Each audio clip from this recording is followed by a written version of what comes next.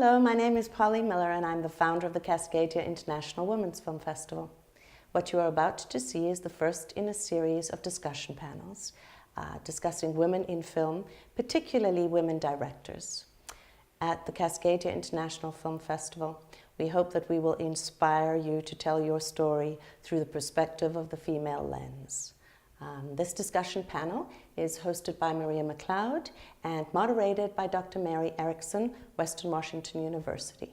We started this film festival because we wanted women to be able to have a venue in which to showcase their films and for us to be able to celebrate and to promote women directors in the industry.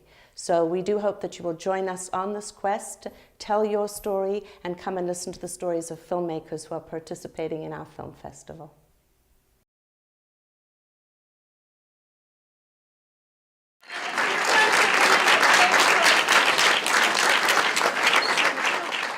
So today I'm just going to very quickly introduce the panelists and then I'm going to let them speak for themselves. I've got some questions, let's kind of see how the conversation goes.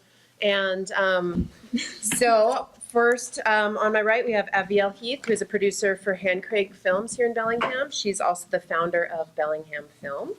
We have Ariadna Okremovich, who is a director with her film Holodomor, Voices of Survivors. Next, we have Leslie Ann Coles, the founder, artistic director of the Female Eye Film Festival. Then we have our male representative, Mel Damsky. What's wrong with this picture? Yeah. We have a point for having you here today. We're excited to hear your perspective. Mel is a film and TV director. He's also the founder of the Cascadia Film Workshop. Then we have Heidi Kumau, who is the director of Swallowed Whole and is visiting us here from Michigan.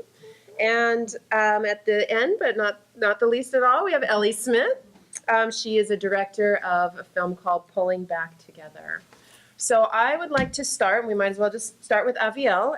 I would like to hear, just very briefly, have you introduce yourselves, very, very, very brief, since we have a number of people. Tell us just a little bit about yourself. And then also describe an obstacle that you've encountered in your career as a woman working in filmmaking, or for Mel, what's an obstacle that you see women facing from your perspective? So Avielle. So as you guys know, I'm a producer. I do a lot of work here in town with local filmmakers. I think one of the biggest things for me in the industry is just being heard and having to prove myself. It seems like for women, we have to prove ourselves twice as often as men do, or twice as hard. Yes.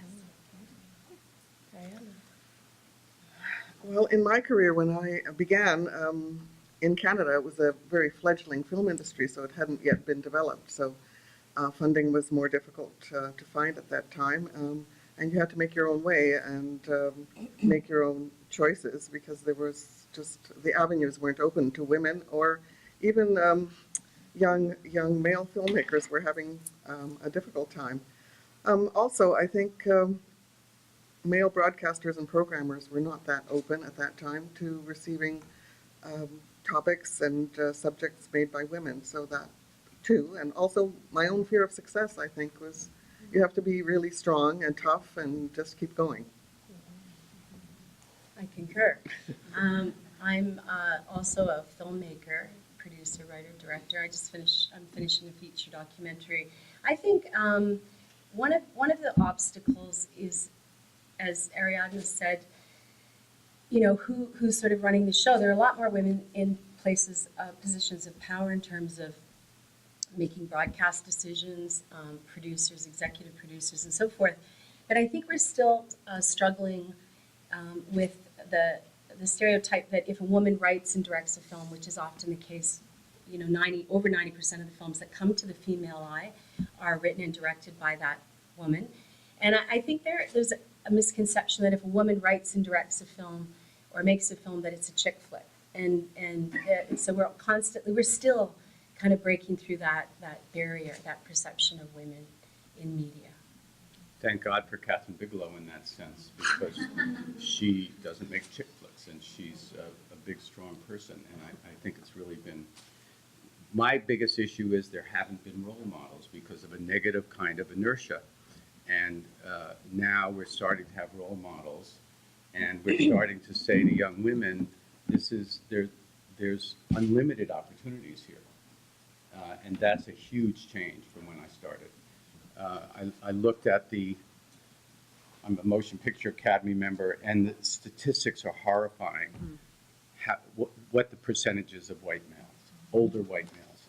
And so it's not just, that pertains more to feature films than obviously to documentaries and television. Television has made great progress. Feature films have a long way to go. I'm Heidi. I'm an artist, more or less, and this made my first sort of film with this film. Obstacle-wise, I think it's also about role models and also having, well, I don't know, I'm trying to think for myself, having mentors. I think just having someone to kind of lead you in, because I'm thinking not just for women, but for people that aren't white males. How do you get your foot in the door? And I think having somebody help me, is really what. I mean, I was reading this. There's an article kind of about American politics and why women don't run for office, or why certain women do, and a lot of times it has to do with somebody helping them get through the kind of chaos of it all. So I'll just leave it at that. But yeah, having some mentorship is important. Yeah. Hi, I'm Ellie. I'm not nervous at all. This is cool. No, I think the hardest obstacle probably is knowing that your own voice matters. Because I think as a woman, it's easier to like nurture everyone else around you and kind of make sure they're okay. So it's kind of a really great challenge to make your own film because it's all on you and you have to complete every task and you can't look to someone else and are you doing okay? It's just me in this room. Okay, I've got to finish this. So, but I think I've come in at a really great time. I look around and I see a lot of really strong women, and I think I've been supported in my whole life to do what I wanted to do. So I'm sitting on a panel of mostly women talking about women. So I think I'm in a really great time and probably have to thank a lot of people that came before me to set this stage up. So, yay, women. Thank you. So many of you spoke to most of the points that I want to talk about today, so we can kind of delve deeper into a lot of these different points. But one thing I wanted to sort of explore is, so we can define the film industry very broadly. Even on our panel, we have people working in television, people working in experimental film, people working in traditional film, kind of, as we would define traditional film. We might also find filmmakers working online or in advertising, making corporate videos, et cetera. One question I have is, are you seeing areas of this sort of broadly defined film industry that are more welcoming to women, or where women might face fewer obstacles? And kind of what are your thoughts on sort of these different areas of filmmaking? So why don't we start with, maybe we'll pop in the middle with Leslie Ann, and we'll kind of work down that way and then back over here. Well, I think it's twofold. I think with the democratization of media making in terms of digital formats, all the different platforms, cross-platforms, web series and all that, I think there's more opportunities to create content and exploit it or have it exploited. I think from the lens of the female eye, we're seeing a lot more submissions to the film festival every year because of the advent of digital filmmaking. And so the challenge for us, or for me as a programmer, is we're receiving this glut of content, and then we're having to wade through a lot of it because you can pick up a camera and you can point and shoot, it doesn't necessarily make for a good film. I mean, you have to have a good story, you have to have a good production value, and so we're in an interesting place, kind of like the wild, wild west of filmmaking, I would say. So I think it's great, and I think we'll see what happens next. Sure. Yeah. Mel, why don't you talk about your experiences, especially maybe in television, and also sort of. Well, I'll tell you what I'm very upset about, is the Justice Department is just talking about women as directors. You walk on a TV set in Hollywood, they're all a bunch of old white men. And there's lots of other great jobs for women in the industry. And a lot of those jobs might lead to directing. So we shouldn't just be focusing on directing. I'm starting a new show in Toronto. The line producer is a Black Jamaican woman. And I said, we are not going to have one of those sets. And you can tell the unions to you know what. Good. Because what happens is we have a union system, people hire their kids, and it perpetuates this stereotype. And so we have to talk about every job in the industry should be open to women. And women should be fighting for access to all those jobs, not just the glamorous directing job. Heidi, what are some of your thoughts? I guess areas that are welcoming. I guess I feel like the advent of web, just the sort of, this was a big thing for me just to make a movie that's a movie and not an installation or something that's much harder to distribute. I think having access to all these different channels of distribution has really changed a lot. I think it's still hard to get your voice heard in the crowd. So getting curated into a program, having someone kind of fish you out of the sea of thousands of entries now. I mean, like any film festival you enter now, like anyone that's you know, sort of in the States, like, you know, Slam Dance or something, I think it got 5,000 entries, right? So it's more democratic, it's more anybody can do it. But now the hard part is getting fished out of that soup. But I think the barrier for just entry, like getting on Vimeo and, you know, just being part of that larger community is great.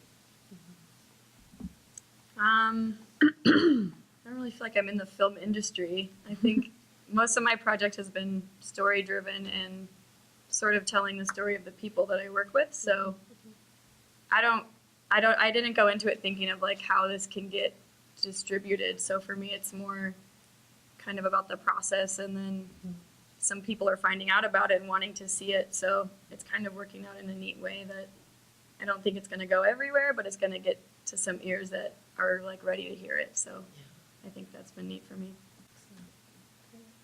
Well, Ariadne. Well, I was interested in what Mel was saying about female directors.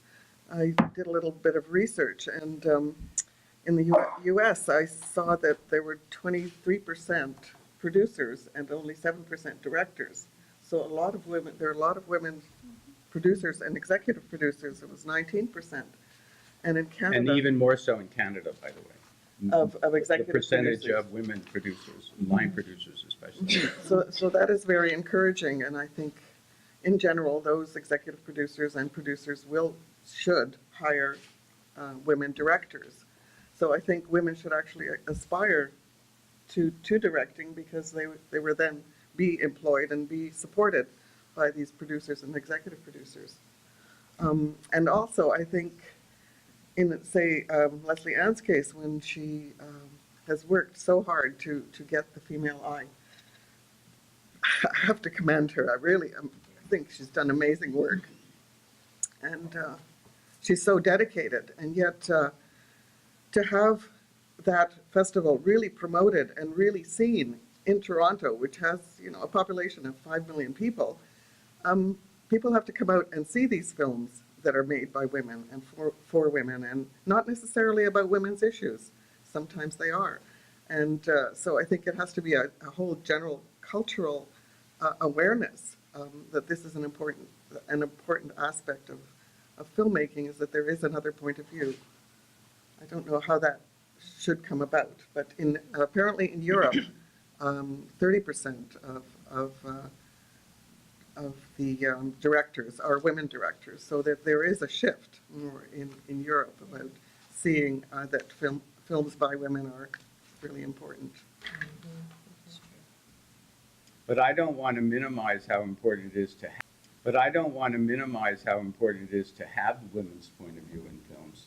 In other words, yes, you shouldn't just be expected to be making chick flicks, but one of the reasons we want diversity is we want to hear all these different voices and about all the different experiences people have in life. And you get it in fiction all the time. And now we have to see that kind of sea change in this kind of stories that we tell in movies. You know, if I may, I had a comment about the Catherine Bigelow, and you know, we were all championing that win at the Oscars, obviously. But Catherine found herself in a precarious situation in that if she acknowledged that she was a woman filmmaker who brought a slightly different perspective to telling a story about war, she was then condemned by the feminists for making it about being a woman filmmaker, women storyteller, and then bringing that intimate perspective to the making of that film. And then if she didn't say she was a woman, hey, I'm a woman, I made this film, she was also criticized by the media and by femme-centric organizations internationally, actually. So she found herself in a very challenging position. And I think my question to Catherine's win, as celebrated as it is there's been so many great films written, directed by women. The Piano, Jane Campion, Green Fried Tomatoes, oh my gosh, Boys Don't Cry. I mean, I can think of so many films that fell under the radar of the Academy for wins as Best Director or Best Picture. Did a woman have to make a film about war to win an Oscar, right? So that's where I kind of sat and said, well, this is great, but what does it mean, in terms of? I don't think that's the reason those films didn't get nominated. I think the reason they didn't get nominated is because the kind of stupid movies that the Academy loves to honor. I mean, I'm an Academy member, I'm a voter, and they send me all the DVDs, and most of the movies are crap. It's like the same story over and over. Yeah, that's right. And that it's just the sensibility of those voters. When you look at who the voters are, it's shocking what the statistics are. And that's just their sensibility. I don't think they're saying, oh, a woman directed this, or it's just their taste. It's their shitty taste. Oh, excuse me. I'm sorry. No swearing on the panel. Yeah, sorry. Well, I'd like to hear from Aviel too, just to sort of wrap up this line of questioning. But what are some areas, or kind of, I guess, in your experience, being a producer and also developing this film organization that you've developed in Bellingham, what are you seeing as sort of some areas that may be more welcoming to women?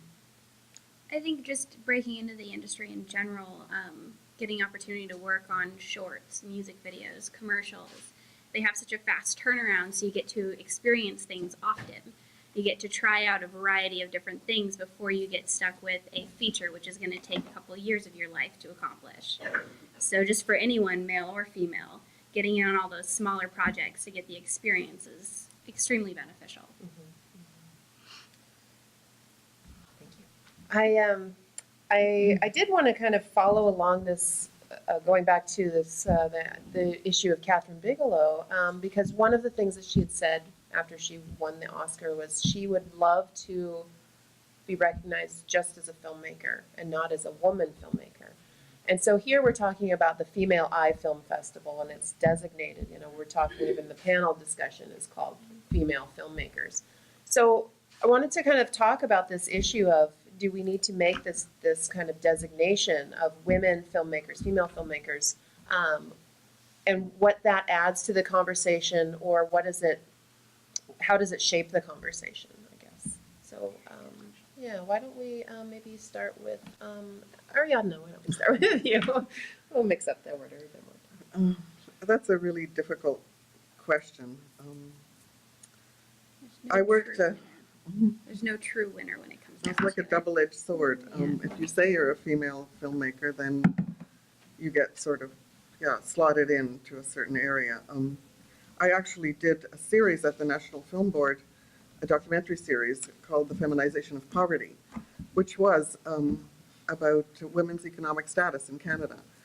And it hasn't changed. In 30 years, women are still earning 70% of what men earn. Women in corporations, well, there has been an increase, but not significant. So, and actually that label feminist, I taught at a college, taught film scriptwriting, and half of the students, the female students, were afraid to use this word feminist, which really surprised me. I grew up in a different era when that was not a dirty word. So I don't know why it is that young women are afraid to call themselves feminists. That really, perhaps it's not necessary anymore, but I don't think that's true. No, it's been like totally taken over by the right to make feminism a 4-letter word and liberal a 4-letter word, and just it's been framed by the side that doesn't want you to go there, and so it scared the younger generation, I think. I think the F word's coming back. I think there's more. I think that we're embracing that, the theology of that, the origin of that. But we're Also, talking about the F word. Isn't it partially true that the younger people are not growing up with the same prejudices we did, and so in a way it's not as relevant? In other words, I know the way people talked about gay people when I was a kid, and I'm very direct. My kids didn't. I have 5 kids. They had no biases about those kind of things. They're totally different turnaround in one generation. I hope that's happening in terms of attitudes toward women as well. I think it will if women see themselves reflected on the big screen. And I mean, the Gina Davis Institute, as you probably know, has been instrumental in bringing to light how young women, adolescent women, are portrayed on screen, what they're wearing, why are they always so scantily clad? I don't know. But, they're looking at those kinds of things. And I think, you were asking about that female filmmaker thing and how is it maybe good and how is it perhaps, it would be great when we reach a point where we don't have to have necessarily women's film festivals. But until there's gender equity and we're getting our fair share of the funding, we need to have a place to focus on women storytellers. And I think that women treat sex and violence. If anyone had asked me, what is different? Is it different? Do women tell a story differently than men? And I would say that they do when it comes to sex and violence. That was the thing that kind of, affected me and impacted me greatly in the early years of the festival when I was seeing films, and all of a sudden I'm seeing women over the age of 40 in romantic situations, or, I'm not necessarily seeing 21-year-old women on the arm of a 60-year-old man. Sorry, What's wrong with that? Now we're seeing women 60. I'm just joking. But so I think that we're seeing women. I think that women often with sex and violence, it's what you don't see. Nothing is gratuitous when it comes to sex.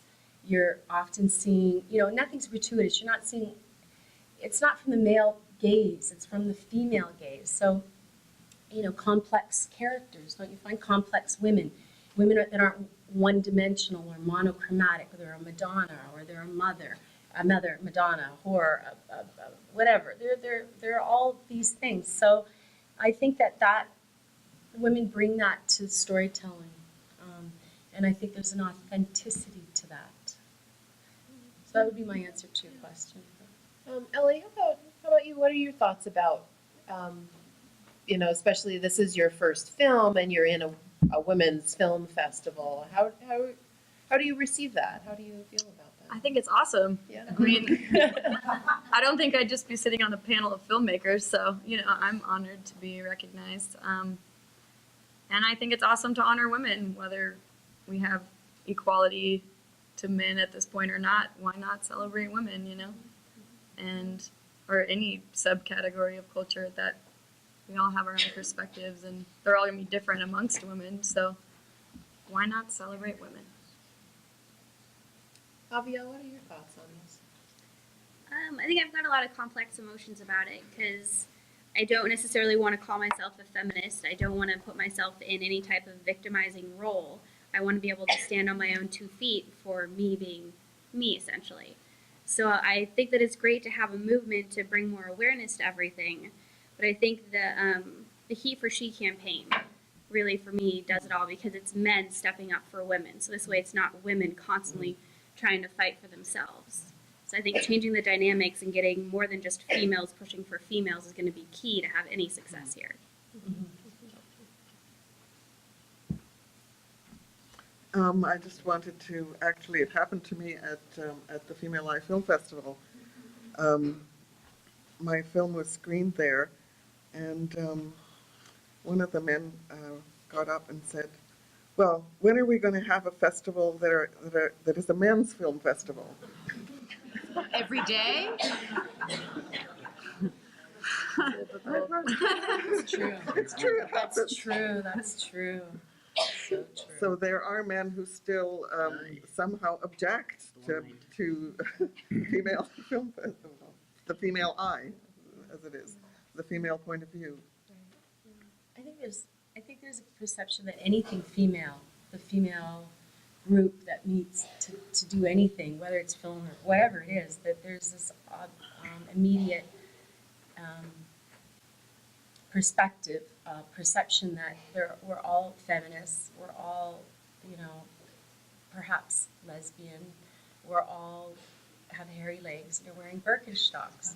And I think there's still that, and that's great, and there are, and that's fantastic. But it's not all of what we are. All of us aren't the same. We're all different, right? So I think we're still kind of battling that too, that idea of feminism or that idea of being a part of a woman's thing is still kind of fearful of. We're a little fearful of that, I think. You know, What do the you whole issue of affirmative action is a tricky issue because it's discrimination in a way, Yeah. right? And to me, it's a necessary kind of discrimination to reverse horrible trends historically. But a lot of people say, well, you're it's just not fair. But we need to do it, and it's just something we have to do. But it's going to offend some people, and so it is. I want to make a distinction between what Ellie said, and there's anybody can make a film now, and in that way, it's extremely democratic because of the technology. When I started in television, there were 3 networks. There are hundreds of networks now, right? But so there's lots of places to show your work. The problem is hiring practices. That's and we have to make the distinction between making, being independent filmmakers, go for it, right? But what we have to fight for has to do with hiring practices. I would say that the female anything is a tricky term. On one hand, I do embrace it. Like, probably the best film festival. I haven't gone to that many film festivals because this is also my first sort of film in this festival sort of world. But I did go to Tricky Woman, which is a women's animation film festival in Vienna, and it was different from other film festivals in that they were really about the community and welcoming, maybe in this kind of like warm female way, I suppose. But there was something about having that group there that, because animation is pretty dominated by men, and it was just fantastic to have that sort of group pulled out of the much larger sea of animators. And I really, so the 2 festivals that I enjoyed the most actually were Tricky Women and Female Eye, and they're smaller groups and they kind of nurture the people that they invite. But I think it's this double-edged sword because I think using the term does put you in this, like what my friend calls like the Special Olympics category, right? Where as artists, like there'll be shows, you know, woman in technology art show. And it's like, well, why can't we just all be artists doing technology? Or I think Neko Case, the singer-songwriter, she's been writing this big rant about being called a female musician. She's like, what the hell is that? Like, I'm a musician. You know, I think this has just been going on for years and years, and I think we do want to just be accepted as the practitioners that we are, and it's not got to be that, just, you know, named. But I do think the opportunity to kind of like curate and pull certain groups out that may be otherwise, you know, not distinguished in the bigger crowd of sort of normalized crap from Hollywood is a great idea, because I think a lot of times it won't be, people won't see it. Maybe there'll come a time when you and Polly will say, we don't need to, you know, this works at this time, we don't need this anymore. Wouldn't that be wonderful? But right now, this is a really wonderful thing you're doing. Well, you know, the thing is too, a lot of women's film festivals. This was interesting. Who was I chatting with? We were discussing that last night, Christine.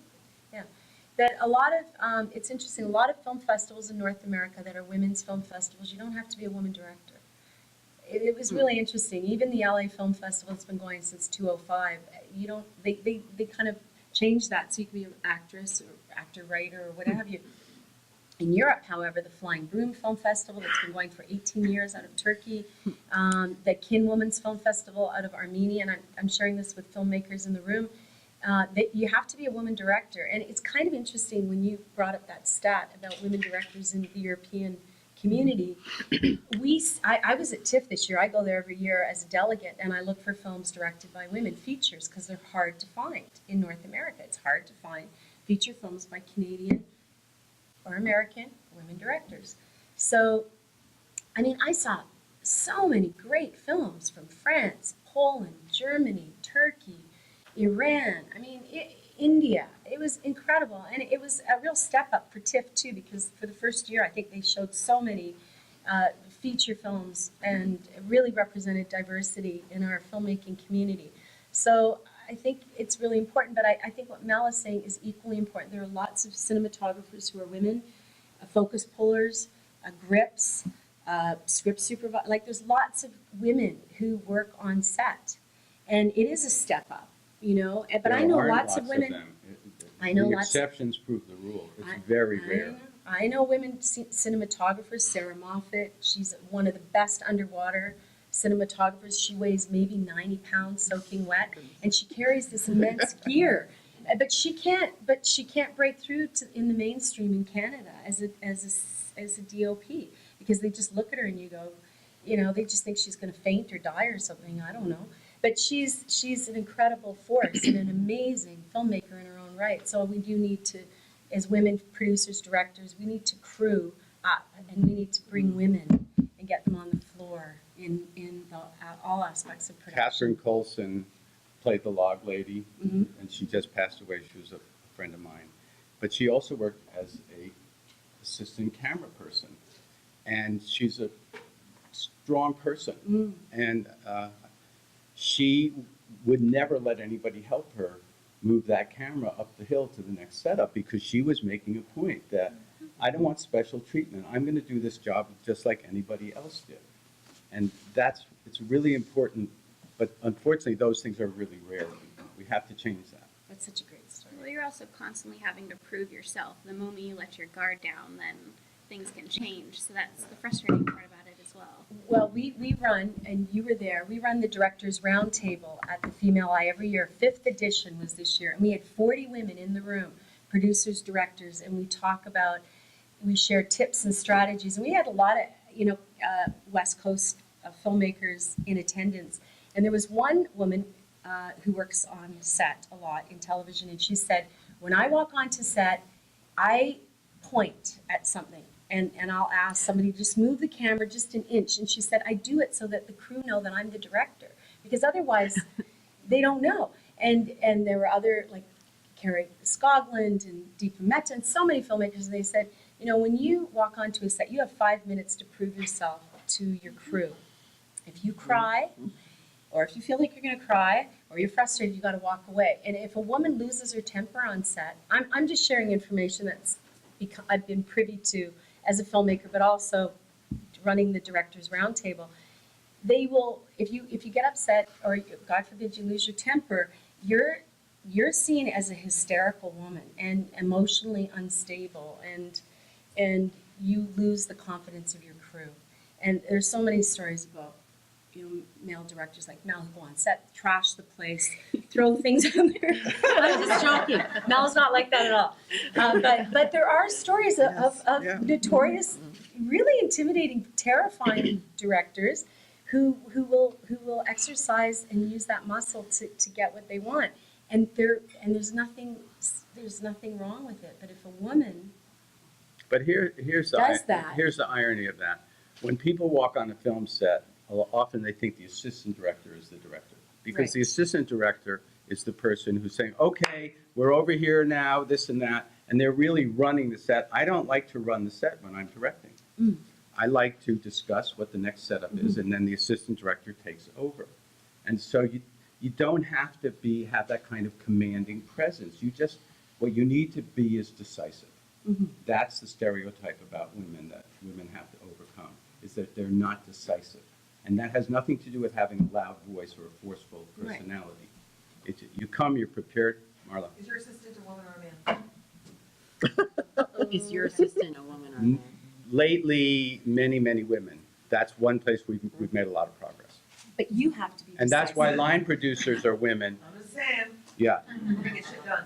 Yeah, that's right. Right. And line producers, because the way it goes, the hierarchy, you go from assistant director to line producer, and so to production manager, line producer. So we have lots of women in that field, which is really good progress. I want to speak to the decisiveness thing. There was a woman at the directors roundtable who went on a location scout with her crew. And the first location she didn't like. I'll try to make this really brief. And so she said, "Oh, this isn't it. Let's go to the next location." We went to the next location. They went to the next location. The word came back that she didn't know what she wanted. But this is a normal practice for location scouting. But God, yes. the point at the directors roundtable was, if she had been a man, it wouldn't have been seen as being, what was the word? Indecisive. It would have been particular or selective, or knew what they wanted, and this wasn't it. So there is that too. But this is the point. And women are nurturing, and women do listen to everybody, and they let everybody weigh in, and then they make up their own mind. We have a different working style. And until more women are on set, as you said, and we become a culture that is climatized and familiar with the way in which women work, what we bring to the process, we're constantly going to be having to educate. It's part of our job is to, educate when we're on set, educate our crew, show a different way of working. I'm not saying I'm going to be a men. real jerk right now. Okay, go ahead. Okay. Oh. I'm the producer director on the show. Right. And Joanna Kearns is my director, and she's indecisive, and she can't make her days. Well, you got to make your days. Well, even if she's a man, you got to make your days. Yeah. you Okay, got- that's what I'm saying. Right. But I so agree. I'm just saying you can't be indecisive. You have to be decisive if you're going to be a TV director. I agree. I agree. You with can't just take the temperature of the room and ruminate and this and that, because I agree. you've got 7 days to prep and 8 days to shoot the show. I agree. Abigail, would you mind speaking a bit to this idea of decisiveness? Well, I recently worked on a production with an all-female crew. The only males on set were actors. And this was a huge change for me from what I'm used to. And we got through 57 scripts in 3 weeks. Wow. So as far as being indecisive, it really just depends on the person, not necessarily their gender. It is true that the way that women work, we were more collaborative in that process. So it wasn't about being indecisive, it was about working together as a team. But being an all-female crew, we understood what that working process was. So having more females on set will help change that so that we're not considered decisive. But in general, it's an issue that both men and women have. Totally the same. If a man's indecisive, they're not coming back on the show. It's as simple as that. I wanted to talk a little bit more about kind of the hiring practices. So the ACLU called for the Equal Employment Opportunity Office to investigate Hollywood and in regards to its employment practices of women and to investigate if there are, in fact, or how to rectify discriminatory hiring practices. So I wanted to hear partly from Mel because you're kind of more in the sort of Hollywood scene, but also hear from the others about what do you think are some tactics or some strategies or movements that we need to make these necessary changes? I mean, does it need to come down to you have to be told by the EEOO that you've got to hire more women? How do you make sure that happens? That's exactly what's happening. And in my experience, I'm doing a show now called Scorpion at CBS, just use an example. All the executives we deal with are women, have been for a long time, and they have given us a mandate. Not I'm just a hired gun, but the man who created the show, not just for women, but more diversity. So that's a really great trend that's happening. The problem is they keep hiring the same women over and over, and they're not expanding the pool. And that's what we're working on now. I'm involved in starting a mentorship program with the Directors Guild so that, let's say, Abiel shadows me on a bunch of shows, and now we think she does a short film, we think she's ready, but as an insurance policy, I'll be with her. I'll shadow her when she's directing. I may not say a word, but I'm there, and that way the company knows, because they're investing millions of dollars in this episode, and they want to make sure it goes smoothly. And so we are going to pitch that to the industry and try to make it the industry standard, that there will be an experienced director with a first-time director, and that will open a lot of doors, I think, for a lot of people. That's great. I've read a few sort of criticisms about the DGA and their kind of the idea that perhaps some of these shadowing programs can be seen as patronizing, especially if they're not first-time directors, but women who are maybe have this experience, but they have to go through this hoop. Right. I just kind of wanted to hear your thoughts about that. Also, I'm wondering about who is the one making the decision about whether this director is ready to then go and direct a TV show? The network. The network. The network is being very forceful about this. I mean, it's tough. I'm an old white man, and I've been told many times recently, Mel, you can't hire any more old white men. You know what? Touche. I get it, and I'm okay with it. But there really is a tremendous push from the networks to be more diverse, and so that's the good news. Does anybody have anything else you want to say on that? I have. Yes. I mean, it's interesting you say the networks, and then you were talking about Hollywood films, the crap that Hollywood puts out, and then we have the networks, and what kind of programming, what is their mandate for programming, and how do you make that programming more diverse so it is more interesting for female audiences, or for actually more intelligence, to have more intelligence in broadcasting. How is that going to come about? Well, I have to say, I think there's more intelligent programming coming out of television Yeah. than feature films these days, in my estimation. But I think it's a part of the reason is because the executives are a much more diverse group of people. But for instance, my next show, which hopefully Abiel is going to work with me on in Toronto, it's for ABC. ABC's audience is women. And the only piece of casting that they really care about who the lead woman's going to be. Once we cast that person, it's a go project. So it depends on where you are, what network you're at, and what the demographic is that they're after. But I would say television's opened up a lot. It's really changed. And I think if you really look at what the programming is, I think you'd be surprised. I mean, a lot of my friends talk about Orange is the New Black as just a real bar raiser in terms of having a cast of all different types of women, Laverne Cox, you know, I mean, just having trans, gay, Latino, you know, just every, a lot of different types of women on one show. And it's really, I think, broken a lot of barriers and set a new standard in a way. Mm-hmm. Transparent. How about Transparent? I don't know if any of you've seen that.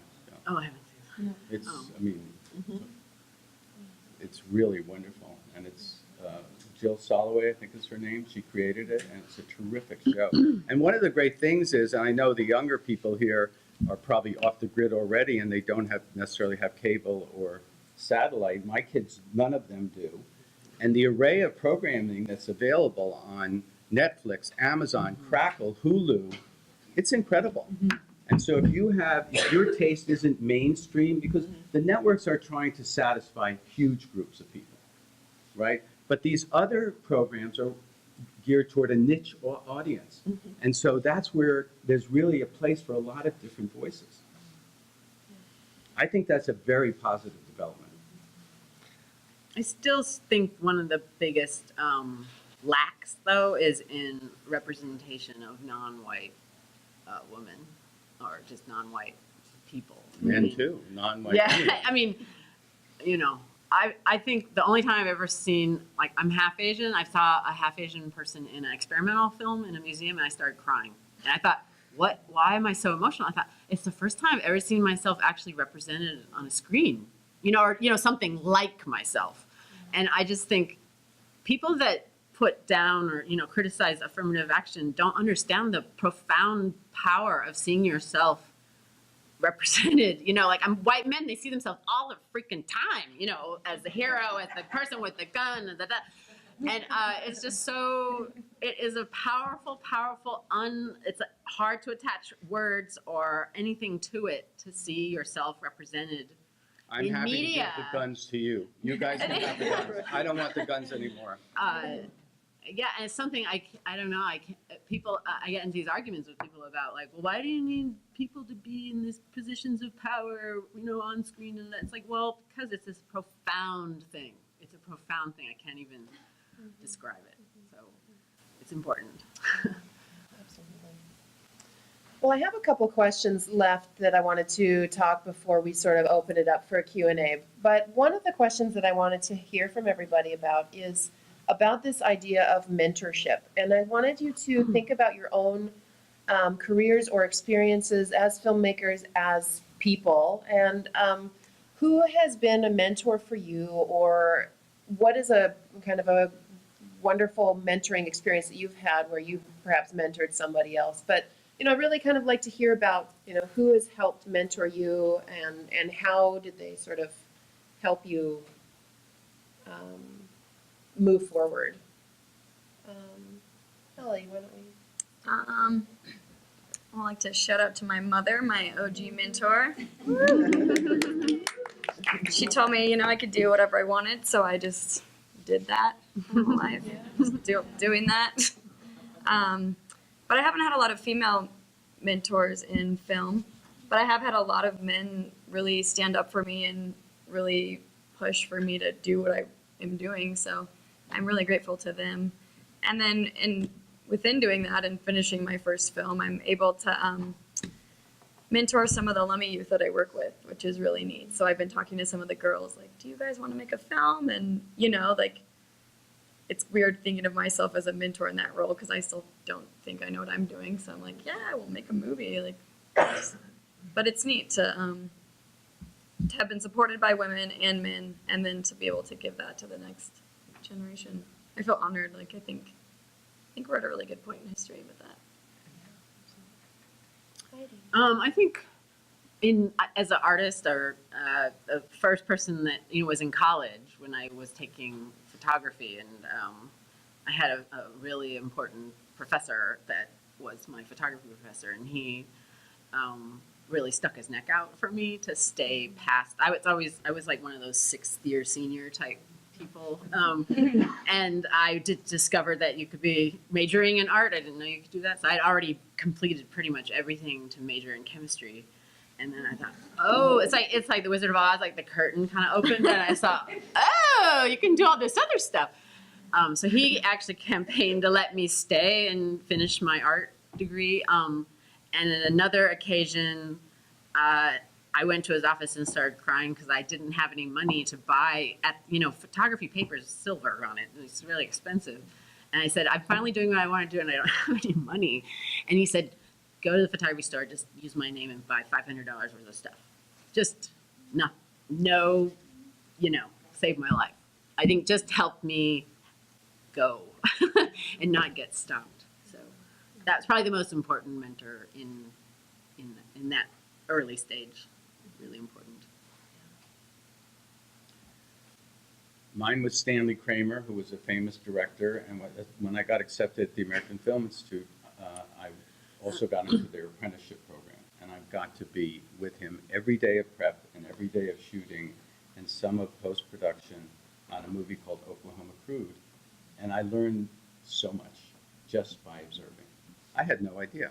I was a journalist and a documentary filmmaker, and I had no idea how to make that kind of narrative film, and it was incredibly valuable. And that's why I get what you say about shadowing, but shadowing is really a great way to learn. And I have a shadow with me on every show I do now. I think it's a really terrific way to just absorb how the process works. You have to have an instinct for storytelling, right? That's something I don't think I can teach them, but how the process works is really complicated. And that's where the shadowing really comes in. Oh, wow. I don't know. I flashed back to grade school and I thought about Miss Susie. In terms of storytelling, definitely, my family and in my formative years, actually, where I loved to write and create stories and dramatize, and then I had teachers who let me run amok in the school and perform things in front of other classrooms. I think mentoring, shadowing. My first film, my producer, Sandra Kovacs, brought on someone to mentor her as a producer. She didn't feel she had the skills to sort of, produce the film that I wanted to make. So she said, I'm going to bring on another producer to kind of mentor me. And so she brought on this guy, producer, director Julian Grant, who ended up, assisting and executive producing my first film. And I married him, not because he produced my film. Well, maybe because we're divorced now. But anyway, and so I learned a lot from watching him on set, and then certainly the Female Eye Film Festival. Seeing all these great films as a filmmaker, going to film festivals first. And then seeing all these great films, and then saying, "Wow, I didn't know there were these wonderful women directors making films, and why are there so few of us?" Which inspired me to start the Female Eye, and then we started mentoring. So I'm really proud of the fact, we were talking about, mentoring youth, and the Female Eye in 2006 got a small grant, and we mentored high school girls.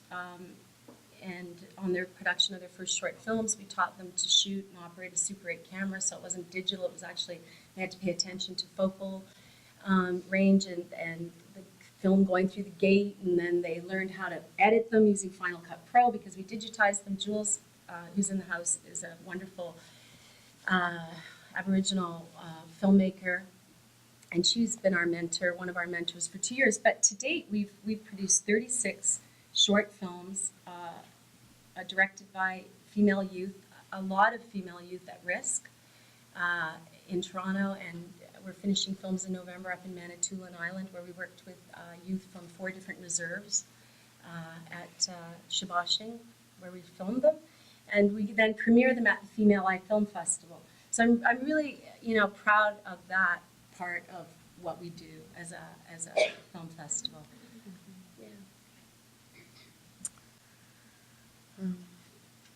I actually got my degree in French and Spanish literature. Literature has taught me a lot about storytelling, of course. You read short stories, you read novels, you read poems, and you develop this love of story. However, but I realized that I also had a very good visual eye, and I loved photography and filmmaking.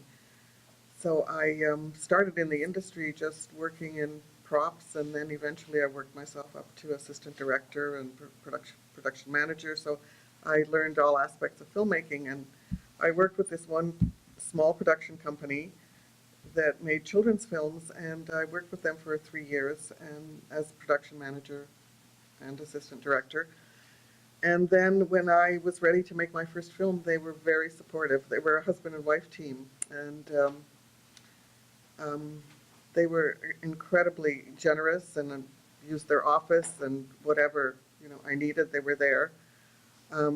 Although, I mean, not day by day, but in any case, Glenn Salzman went on to form a huge film industry of his own. Cineflix? Mm-hmm. And they produce series, and they have 3 offices all over the world. And at that time, I had no idea. They were just out of York University and making their first films themselves.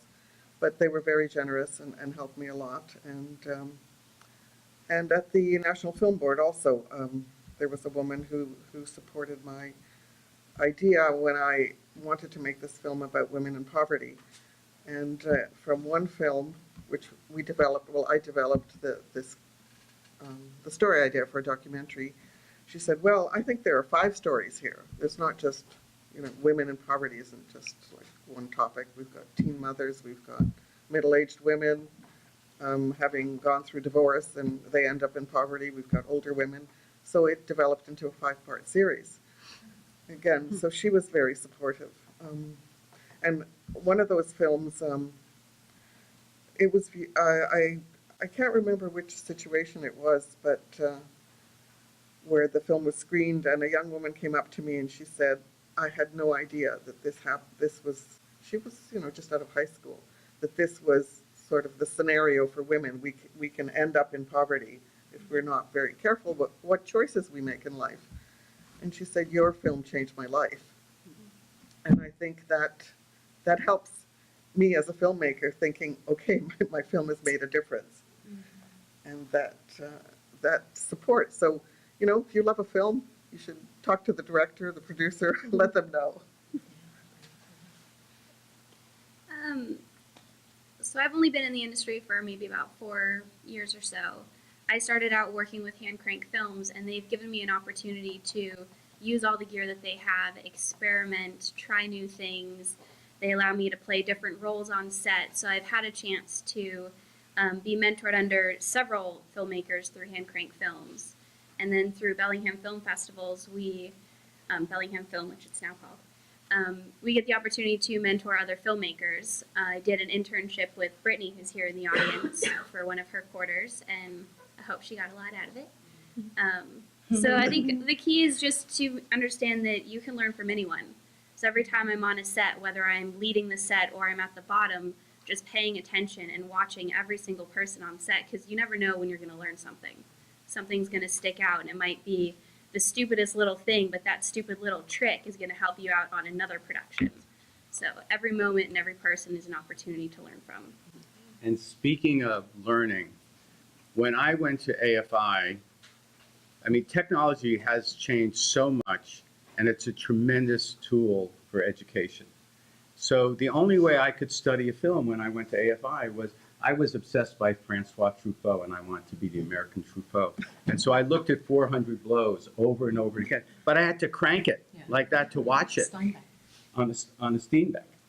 Yeah. And now you all have this tremendous opportunity to watch any movies anytime and watch them over and over again and say, okay, how do I break down a scene? Mm-hmm. Then you also have the behind-the-scenes features. Like there's an endless amount of information out there to learn how to do film. So. Well, that kind of leads me to my last question. But I wanted to just get a sort of show of hands of how many, especially of the younger women here or men, how many of you are going into or wanting to be in filmmaking? I was hoping to hear maybe just another bit of advice that each of you would give to somebody just starting out in filmmaking, and I think also, especially Ellie has such an interesting point of view because you are also kind of starting out, but now you're kind of at the other side of the starting out. So Yeah. yeah. Well, why don't we start with Abiel and we'll go down the line. So hold that. It's just going to weigh you down. So the best thing to do is brush it off, move forward, and understand that your goal is to produce that next thing. Just keep focused on the next thing because people can be negative. It's life.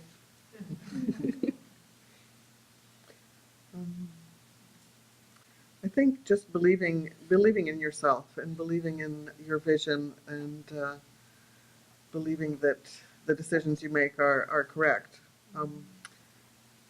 When I started out and made my first film, I was working with a cameraman who was a male cameraman, and he really didn't think that I knew what I was doing. But I held my own, and he would tell me, "Well, there's not enough light. It's too dark now. We can't. It's time to go home." I said, "No. We've got many more shots, and we can do them today." I think you have to believe that yeah, you know what you're doing, and even though you might be nervous about it or you might have trepidation, just go ahead and trust yourself. I echo that. Stand by your vision and uphold it. And as a festival program or director, I would say, just do it. Find someone who supports your vision. Pull together a crew, and make your film, even if it's a 2-minute film or a 5-minute film, and then get it out there. And if you're submitting to film festivals, a lot of people don't know this, but I shouldn't widely broadcast this, but you can always ask if you need a fee waiver. So if you want to submit your film to the festival, you can always ask, I don't have money, can I submit my film to your film festival? We waive the entry fee. A lot of the the medium, well, not Sundance necessarily or TIFF, but there's a lot of film festivals that will forgive and waive the entry fee or offer a student entry fee. So I think it's about making it and maintaining your vision and then getting it out there. And it takes a lot of courage and what's the word? Courage and Chutzpah. that's a great word. Yeah. My advice is no excuses. Don't give yourself an excuse to fail or not succeed. Don't use your gender, your race, your ethnicity as an excuse. You can succeed if you have the talent. And it might be a little tougher, but I think there are enough examples out there now to know that you can do it. The other thing is, don't forget that there are many paths to glory. And it's not, you don't necessarily start, if you want to be a director, you don't necessarily start as a director, but be open to all the other opportunities and all the other jobs in the industry if you want to get into the film industry that might eventually lead to directing. I think, just believing in yourself, but maybe the fake it till you make it kind of thing. I remember when I was first hired to teach photography, and then I was then hired to teach. One of my classes was like a history of photography class, and I had to basically teach myself 1 week ahead of what students were learning, and I remember thinking, oh my God, they're writing down everything I say. And it was like, well, okay, Heidi, act like you know what you're talking about. And, eventually you just get to this point where you are more confident and you are that person, but sometimes you just have to kind of act. I think the key is to fake confidence until you have it. Yeah, exactly. That's right. My advice is punk rock. DIY. Like you don't have to know to play the instrument to make amazing music, and start somewhere and just keep going. So I'm still learning. I still feel like I'm at the very beginning, but yeah, just do it. Nike swoosh. Nike. That is all. Well, thank you all for a wonderful, wonderful panel. I'd like to open it up for some questions for, maybe, 15, 20 minutes love to hear some thoughts on what your questions are.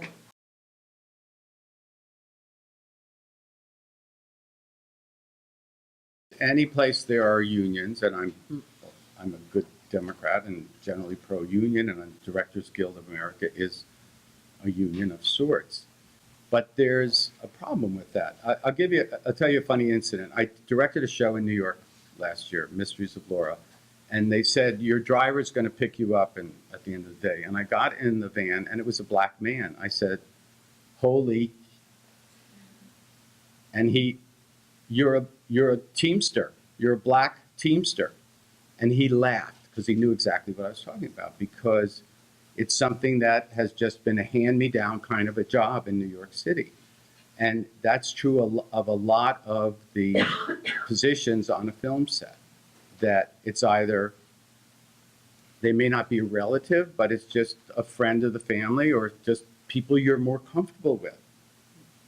And so we have to break that trend.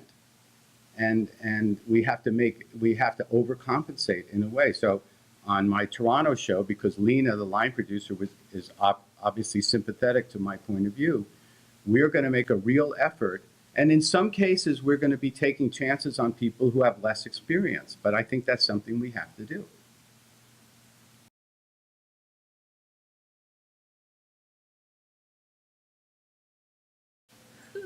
That's a tough one.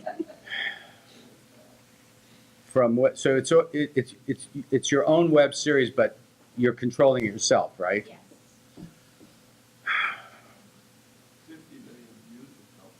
Yeah. You know, I wish I can answer that. I don't know. I think Michael's making a good point about if you can say, I've had this many views, but to whom do you say it? I don't know. That's the problem. I think what I've heard about more than anything lately is if you're trying to do a web series and then get it picked up in any platform, having your social media. Mm-hmm. That's going to be key, because you need to have followers. You need to be able to bring viewers to whatever company picks you up. Right. So that's one thing, obviously. Like all the media's like Facebook fan page, and I don't see a Twitter being necessary, but Oh yeah. New generation. Twitter, Yeah. Instagram, All of Facebook. those. You need to be on as many platforms as possible, because then you're spread out. So anywhere Yeah. anyone looks, they're going to be able to find you. I can speak to, I'm sorry, I'm delivering a paper in 2 weeks on that very subject at UC Berkeley. One of the things I've interviewed people, one of the things that they've said is start looking for members and subscribers and realize that you will have more control. If you can make the money and gain subscribers, you will have more control, and you will still be able to make money, and you will still be able to thrive that way. You can be independent from networks. Okay. You can be independent from networks. So subscribers on I'm whatever. sorry. Subscriber says on your website. Yeah, look for Patreon. I mean, look for, there are vehicles now where this is happening. So I'm sorry to take that away, but I really believe in independent film, and I believe in the ability to make your own web series, and believe that you can do things independent from networks. So anyway, sorry. One of my NYU students contacted me recently, and he's had tremendous success with YouTube. And he's converted that into getting a lot of industrial jobs by saying, look at my following. So chutzpah is a great word. You're going to need a little chutzpah. I just wanted to add something just to bring another layer to the conversation in terms of diversifying stories and acknowledging social locations.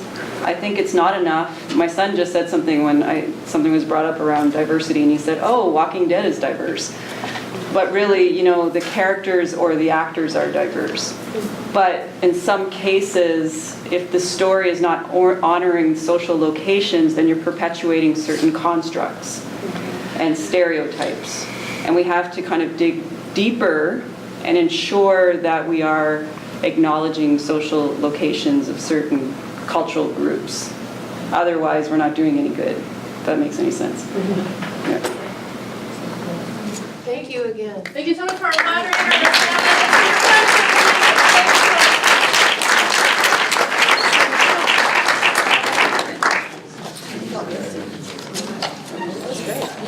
Good questions. Good questions out there. Yeah, thank you.